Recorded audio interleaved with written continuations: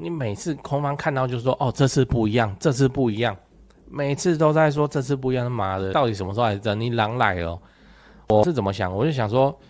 我们就在台湾生活嘛，我们就在台湾花台币嘛，花的是新台币，我们就持有新台币计价的台湾房地产不然呢，继续待在台湾呢。那你有本业有赚钱当然就是买房子继续放不然呢，把你的钱变成房子的形状继续放不然你要去捏股票不然你要去捏期货，不然你要去捏那个虚拟货币你去捏美债都有问题。就房地产你自己看，现在这一波房地产是不是最没事的族群？就这样市场看坏就看坏，我们哪有在管市场的？我们即使在市场一片大好的情况之下，我们还在找什么？还在找很稳健的物品，就是它的开价就是比较低，因为它的屋况很糟。那我们自己有能力整理，我们就可以去选这种房子，去跟它杀价。六都房市重挫，买方市场正式开启，掌握低点进场的黄金窗口，别再错过。先说结论，别人恐惧我贪婪那现在要进场，以买方来说真的是很不错的时机点你就要结婚，你小孩子就要学区你现在不买你要怎样？嗨，我是买房阿元，订阅买房阿元，我先祝你老了有房也有钱。我们在上一支影片聊了高雄要开新的动物园，如果你还没看过的话，你可以看一下。那今天我来跟你讨论六都房市持续崩跌中，这是我们来聊一个新闻标题我念一下：六都4月房市续重挫，台南交易栋数月增 14%， 年减 27%。那内容就是讲说今年4月的统计4月单个月的六都的转移买卖数量都大减，尤其是高雄、新北和台南，所以就在讲说房市即将崩盘那你觉得嘞我们往前看一个月，3月的时候房市怎么样3月表现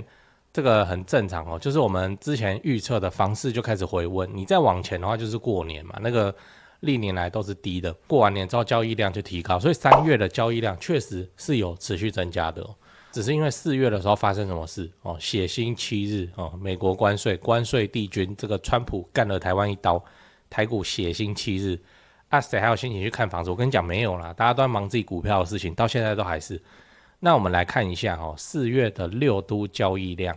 你看我有画红框的就是3月跟4月的对比，即使是在没有人有心思看房子的4月买卖转移动数，我也看先猜还是会有，就是真的自住需求，绝大部分都还会是自住就没得选嘛，股市暴跌他还是要买房子，那证明了什么？就是经济看差，买房的需求还是不会消失。买卖转移动数这个东西它就不会有一天是零，你知道，除非一些很诡异的地区，超级远的地方根本没有买卖的地方，我们今天讲六都它就不会是零，你知道。那我们就来聊说，如果你是自产需求的话你就不是自住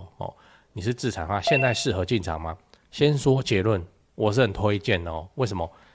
那句话嘛，别人恐惧我贪婪嘛，股神巴菲特讲的题外话，巴菲特真是有够猛的94岁了，这是美股还在喝可乐，我靠，94岁喝可乐那这是美股大跌，巴菲特没事去年就开始减码，然后减码苹果，然后躲过这次的这个川普关税，受重伤的是谁？就苹果那些嘛那他全身而退，然后说宣布今年要退休，哇，真的是很猛。所以我也推荐你说，在大家慌张房地产交易量下好，大家看坏的时候，那你有需要你就买那你是自产的，那你去看说，我靠，这个价格如果它还要再跌的话，预售新城一定迷迷毛毛。如果跌到你了，你在地狱第1层地狱第2层，你在 B2 的话，那人家已经到第18层去了那如果你有看到这种物件，也就是所谓的屋主缺钱急卖，就想要去救小孩小孩乱搞期货股票什么的，无敌的价格，那为什么不买就这样。现在已经很明显，房地产变成什么买方市场，去年还是卖方市场屋主都姿态很高，惜售就这样乱开价，买方处心积虑要上车就只能接受。现在变成买方市场，买方市场就是说再拿2000我来看看换买方可以挑挑选选。现在你想要买房子，房仲对你他都会轻声细语的然后就会去把握你这个客人。为什么？因为怕没有业绩房仲已经迷迷毛毛了。现在要脱手的屋主真的就是急用钱了。大家都会有一个心态，就是说房子在疯狂上涨的时候，我干嘛要卖，对不对？我手上的东西正在增值，我干嘛要卖？所以去年行情很热，可是拿出来卖的屋主是少的，物件是少的。那今年房子，你看新闻你就觉得说台湾房地产要崩了的这种情况之下，那我要赶快卖，为什么？我晚卖的话，我就少拿很多钱。所以房子就会跑出来哦，就这样比较有机会松动。我们常讲的 A 案哦，就是这个时候会出来的。我也是加那个台湾房屋美术之星的 LINE 啊，他们前几天 PO 的几个物件，我觉得说，我靠，这东西不用好几年前，这东西在去年根本不可能会出现。去年这一批物件的屋主应该都是惜售的屋主，那现在的话都可以反正那个价格我看看没有什么问题什么楠梓4房，然后换算起来一坪还在10几还在20出，就很便宜啊。你买这个东西屋况也很好，没什么大问题。如果要跌到你那个预售屋已经被爆破了，就不用太担心。所以有自产的打算，我很负责任跟你讲，像我们这种人都还在看都还在看说市场中有什么物件被抛出来，然后你们看，有机会的话想入手还是可以入手的。最后你要知道，上一波交易量腰斩才让一堆人笑出来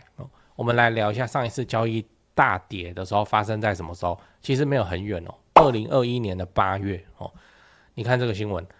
高雄8月房市交易量告急，为这区逆势成长是新闻然后我框起来的地方2021年的8月交易量是2613栋，对比今年的4月2504栋，只差了一点。那时候发生什么事情？那时候的大事情是 COVID-19 疫情还在延续，所以大家没有心思去看房子了。那后来发生什么事情你也知道，那根本就是起涨点。新青安推出台积电宣布入驻楠梓高雄的房价突然就暴涨了。所以如果你是在2021年买房的人，我相信你现在手上捏的是2021的价格，请问一下大家讲房地产什么要崩要关你屁事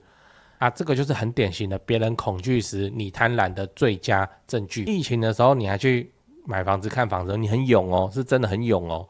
就是这样。这次看起来我个人认为那个影响没有像疫情那些东西那么大的原因是什么？原因是这个关税回血太快了，你知道，如果说关税然后使台湾经济这个走向衰败，为什么现在股票已经涨回2万以上？这也太快了吧。然后又出现了川普恭维没人改信道你知道，就这样那所以这一次看起来以风波小中大来说，关税风波会说是小风波如果它是大风波的话，为什么它回血那么快？如果是亚洲金融海啸的话，为什么它回血那么快？就这样。台湾房市我这样看起来还是很安全很稳健不然你去捏股票不然你去捏期货不然你去捏美债不然你去虚拟货币你去那个赚钱都是一时的短期的，你没有办法说这样子让你在人生结算时刻70岁的时候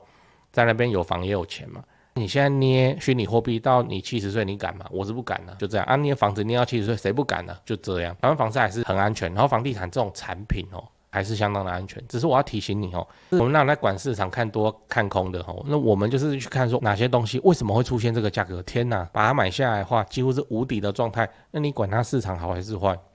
只是说我们现在要回归基本面去做重大建设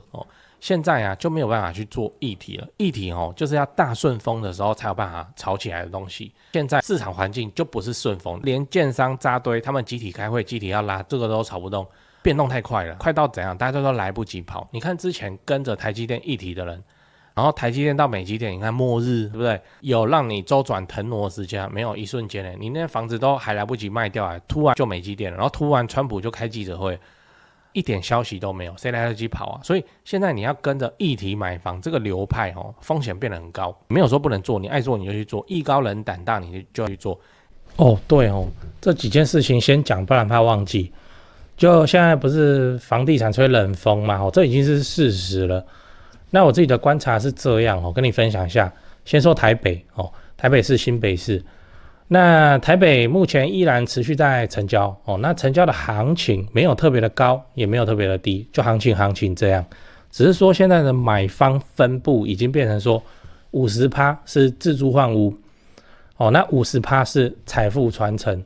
投资客几乎都离开台北了。那我想这个也不赖嘛，就没有投资客在那边恶性炒作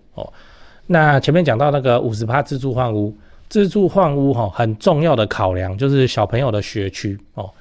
所以蛋黄依然非常坚挺那 50% 的财富传承那财富传承讲的就是就天龙人嘛有钱的天龙人，那通常都是怎样？长辈就是看生几个小孩，然后每个小孩一人帮他们买一间这样要给小孩的这种属性。所以他那个也没有要投资，也没有要炒作啦，就是保值就好财富传承。哦，那你有钱，你要放在全台湾最顶尖的房地产市场哦，来自住换屋或是财富传承都可以。哦啊，只是说现在成交在4500万以上，已经是目前的常态哦。我居然还有观众哦，去买超过1亿的大安区房子，然后他们说我台北前辈的团队服务是非常的顶级啊，他们的家族很满意这样。对，所以你要看那些财富传承用的房子或者好学区的房子哦，你就加我前辈的 LINE 小老鼠拜台北，小老鼠买台北这样，加了你就看到他的大头贴，那个是助理在顾的，那他们会不定期的 po 这些房子给你参考。OK 啊，那讲完台北讲高雄啊，高雄的情况是哦，也一样市场降温哦，那之前的乱买乱出价族群就不见了，我认为这样很好。因为这样子我们就可以专心瞄准重大建设，就比较不会有那外行乱出高价的乱，你知道？那自从我拍了会员影片我会员影片不是都会拍重大建设嘛？那陆陆续续我拍了高雄的重大建设有，楠梓台积电到凹子底3大开发案、富邦凹子底 BOT 案，到71期4地重划、新高雄火车站，到亚洲新湾区你们观众很奇怪我拍一个重大建设，你们就跟着买一个重大建设附近。高雄我是很有信心啊，没想到说，这个观众好像比我还有信心买的比我还贵，买的比我还多，真是蛮夸张那看好高雄，你瞄准重大建设，就找我推荐的台湾房屋美术之星店那在高雄你要卖还是要买那你就给他们一条龙就好了，就跟我一样，我过去10几年都是他们处理的，这是真的那我付的中介费这样子加起来早就超过7位数，那你看我还是愿意推荐他们就是真的很没问题嘛很专业很 OK。 他们的 LINE 是小老鼠 go go go go go 小老鼠5个 go 那他们有答应我说会 po 在这支 LINE 的房子是都会挑过就是专门给买房阿元的观众，那这些房子都怎样，都适合自产，也都在重大建设旁边，你可以加那个 LINE 来看看高雄没有台北那么贵祝你自产顺利，来高雄玩得开心，赞赞。像那个台邦建设，台南的台邦建设，他去买阿联，现金20亿，无贷款，阿联区在高铁那边再下来一点，阿联呢？他们看到什么？我不晓得现在这种艺高人胆大，你再去做，像我们这个中产阶级，我们输不起，我们就做什么？就是继续做蛋黄的老屋就可以了，依然是很安全、很稳健的，就这样。说明一下就是你真的你打开电视看到新闻上说怎么样市场的态度都说房地产将来会跌，因为台湾竞争力下降，因为我们台币剧烈升值，我们出口会倒一片什么有没的，都在讲这个。 OK 好，这个我都知道，市场的氛围我们要尊重我也没那么无脑，我们站起来说没有台湾房地产一定会涨，然后我自己偷卖，没有，那就是我的判断是这样，我就不喜欢看新闻报道就是这样，他们一讲全部的产品，一开口就是全部的台湾，我说过了嘛，这就会造成什么现象？你预售你新城你中古很复杂呢，中古有公寓，有透天有电梯大楼，华夏全部被你混在一起，然后你讲会跌。那我们自己在现场看，真的实价登录在那边严重往下掉往下挫的是哪个族群就不是这些老屋嘛，就不是嘛。现在真正有问题的是那个预售市场，结果他们就突然就代表了全台湾的房地产，这个是不对的，这个会误判。那像我们到现在还有在看，其实看的方法很简单，就加那个台湾房屋美术之前的 LINE 跟我说那个台北 LINE， 我也是跟你一样，就看他们 po 那些物件这样。台北那个还会 po 录音然后听他怎么分析这个案子。我要表达的事情是，就市场是很细致的，一开口讲全台湾房价都在跌，我们在现场看，像我现在看窗外那边哪有跌，那边根本没有什么买卖，那边是要跌什么，就这样这是第一个现象。然后第二个现象是，空方总是有100万个理由去说房价会跌，然后他们这样子乐此不疲，说了20-30年，对不对？每年都有每年都讲就说房价会跌买房白痴背30年贷款没关系就给他们讲。我以前我还没拍片之前，我还会跟空方争论那争久了以后，我就觉得这没意思，这就是两种人就看多跟看空。像我们就是看多的就重大建设就正在盖，他又不是说什么先唬你未来这边会怎么样，没有，他就正在盖。但你管他这中间发生什么小风波影响就有限。像台股血星7日，我跟你讲灾难怎么样子恐怖就是看不到头的灾难才恐怖，看不到头了。比方说疫情的时候封城呢，谁知道要封多久？谁知道嘛，对吧？那个时候才是最恐怖的时候。结果我们现在轻描淡写，台股写新7日，台股涨回2万，那是我们在前面往后看，我们知道说就7天哦，不然清明连假被关完厕所，大家都知道会跌，没想到大盘有办法跌停，就是这样，那时候看不到头哦，那个才恐怖。好，那现在可以下这个评论呢，就是什么？我们现在正在经历了美国关税爆破台股跟台币强升这东西叫什么？叫小风波。它有没有影响实业？有。它有没有影响股市？有。但是破坏力真的叫做小风波。我们现在经历的比父母辈的要轻很多很多，真的我们现在的危机在他们来看真的要小风波。我们父母那辈你去问一下你就知道了，他们印象中最恐怖的事情是什么？是1996年两岸飞弹危机。我没有要讲政治那个政治狂人你慢慢见猎欣喜又来了。1996年台海两岸飞弹危机的情况之下，谁敢买啊？对啊，谁敢买啊？当下你又看不到头，就不知道什么时候就真的会飞弹就过来了。那个时候会发生什么事情有很多啊，像我妈妈长期看的医生举家怎么样移民卖掉台湾房地产移民你现在很多住美国的亲戚大概都是那个时候过去的就觉得台湾要爆了就这样。那个时候还敢去买房子的人，你说是怎样？勇者那才是真勇者，孤勇者大家都想跑，就他居然还在继续买。那你要不要看一下那些勇者现在身价如何？对比这个两岸飞弹危机跟这个美国关税风波，对啊，我们现在经历了这个真的就还好，血腥7日，他又不是血腥700日。如果是血腥700日那完了，没有啊，就7日啊小风波等级。我知道空方又要讲你每次空方看到就是说这次不一样，这次不一样，每次都在说这次不一样，妈的，到底什么时候来真？你狼来了我是怎么想？我就想说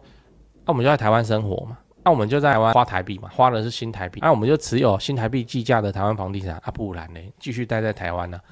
那你有本业有赚钱当然就是买房子继续放不然呢，把你的钱变成房子的形状继续放不然你要去捏股票不然你要去捏期货，不然你要去捏那个虚拟货币你去捏美债都有问题。就房地产你自己看，现在这一波房地产是不是最没事的族群？就这样市场看坏就看坏，我们哪有在管市场的？我们即使在市场一片大好的情况之下，我们还在找什么？还在找很稳健的物品，就是它的开价就是比较低，因为它的屋况很糟那我们自己有能力整理，我们就可以去选这种房子去跟它杀价，然后之后拿回来自己整理。当然拆除清运那些找别人做，还有铺木地板那个我的腰真的没办法找别人做。但我们连在多头的情况之下，我们都在找那种很保守的物件我们现在在市场看坏，我个人认为还不到空头的程度市场看坏的情况，我们依然在找这些很保守的物件。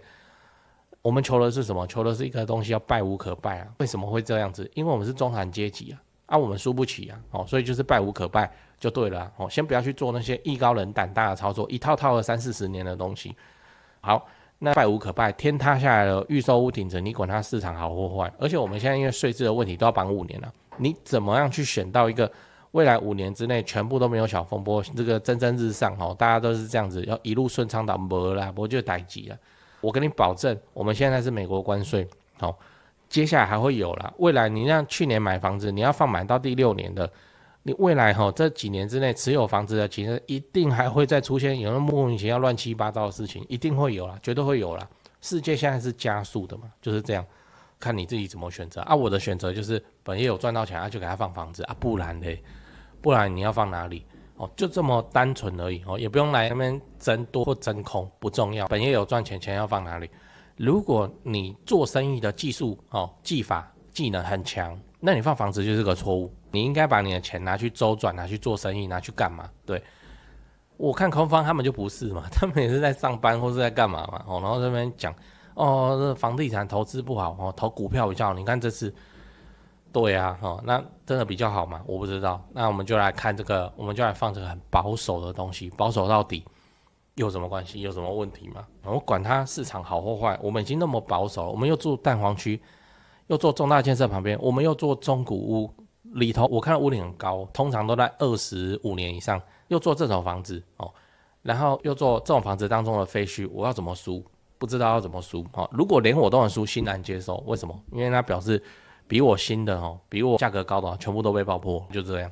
所以没有关系了。我们买房子总是被人家笑，真的啊。尤其在股票大涨的时候，买房子这个白痴智障的行为，给他们笑啊。那等到真的出歹击的时候，你看我们也没去笑人家，没差，就是你相信什么你就去做你自己的，这样就好了。人生结算时刻是70岁，不是现在，所以稳扎稳打，你不要犯那种会让自己在70岁以前被抬出去的事情。一切都好说了，一切都还有机会啊。房地产没什么关系吧，没什么问题吧，多的是把它放到100岁了。现在人均余命那么长，你看你那外公外婆如果还在的话，我那个年纪超大，我自己都觉得我自己活不到他们那个年纪啊。现在人均余命就是那么长啊，这么长的情况之下，那你要持有什么？那个股票的轮转实在太快哦。曾经的股啊，你看现在都变什么？我们就慢慢等，持有什么？持有房地产最安心，而且接下来继续放像我们30几岁还没40，一路给它放到60岁，我们会迎来大都更时代。台北市已经开始了，对啊。到时候不是说建商来找你都更，是市政府不得不把你都更。为什么？因为这个已经不适合人类居住，这个有市民生命财产安全的问题，就只能是这样。所以接下来的流派，我在猜也会大概你就持有房地产吧，没有什么大状况。即使大环境有状况，它也没什么状况，求的就是一个稳健，败无可败参考看看。